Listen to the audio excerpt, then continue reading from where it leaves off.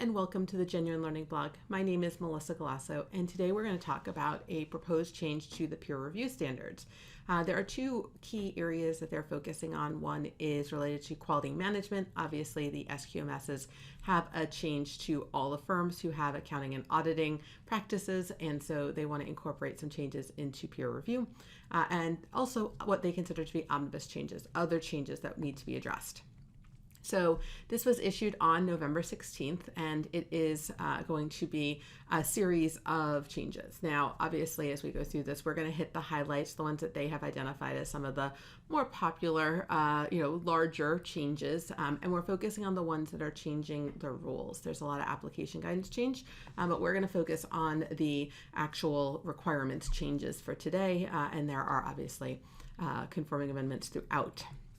So what are they proposing to do? Well, they are proposing on the quality management side to obviously revise several paragraphs for consistency with the objectives established for quality management. So from quality control to quality management, obviously we have some changes that need to be incorporated throughout the peer review guidance, and so they're going to make those changes. It's also going to require peer reviewers to submit completed quality management checklists as part of the documents that need to be submitted, and so this is not surprising here. As we have these changes, this is something that they would want to make sure they're taking a look at.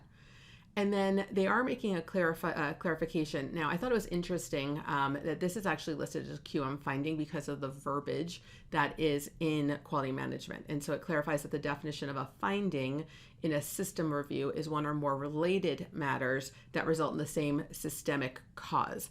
And so root cause analysis is really important in the new quality management standards. And so that's going to be a key change there. And then it's going to also require the technical reviewer to include a review in those system reviewers, to include the review of quality management checklists and any explanation of no answers. And so this is really a focus for making sure as we switch to these new QM standards that we have an opportunity to ensure that they're being applied consistently. But outside of the quality management changes, there are other changes that are going to be in here. And as you probably have heard, we have a little bit of a pipeline issue. We have not enough people to do all the work that we need. And this is very acutely aware in the peer review world.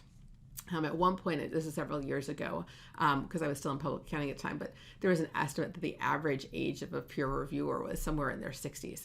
And so obviously people who retire are going to have problems here.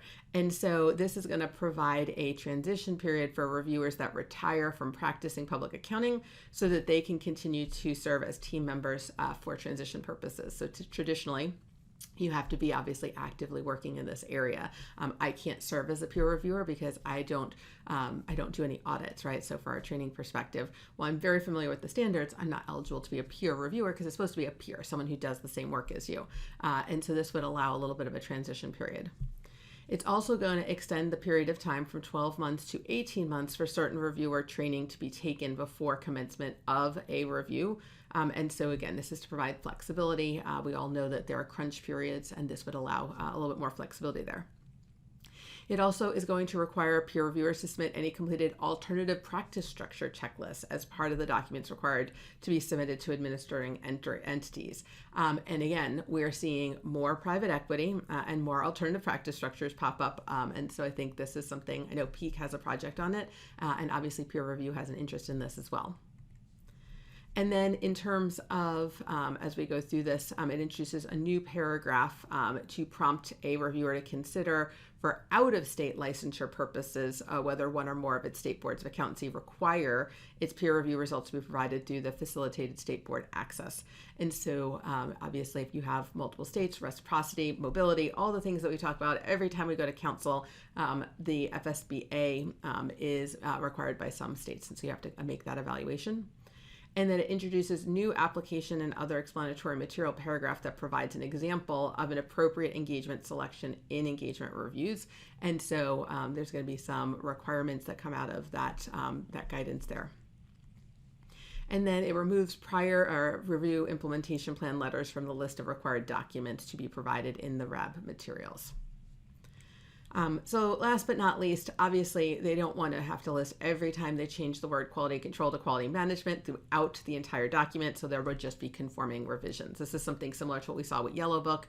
Yellow Book said, I'm going to edit chapter 5 and make it right, but I'm going to also have to change all the other chapters, but we're not going to put those out for proposal. It's going to be a find, copy, replace, right? So we're going to move to a quality management throughout the entire document.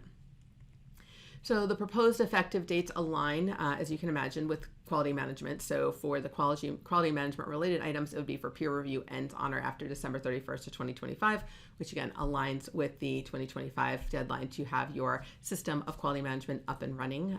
And then for those omnibus ones not related to quality management, it would be for peer reviews commencing on or after October 31st of 2024. And so again, when we take a look at this, those are not related to quality management, so they don't have to be tied to the same effective date. They gave a very long time for us to provide comments because they recognize they issued this in November, right before the holidays.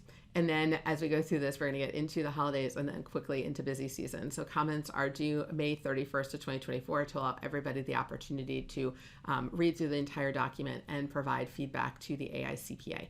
So you got a little bit of time. I definitely want to take a closer look at it. All right, so that's a wrap this week on the Genuine Learning blog. Hopefully, if you are either peer reviewed or you are a peer reviewer, you will take a closer look at this and give some feedback to the AICPA on if they missed anything, if there's some changes that you would you have concerns with. Definitely let them know. So thank you guys so much for joining me, and I hope to see you on a future blog. Have a great day, guys. Bye-bye.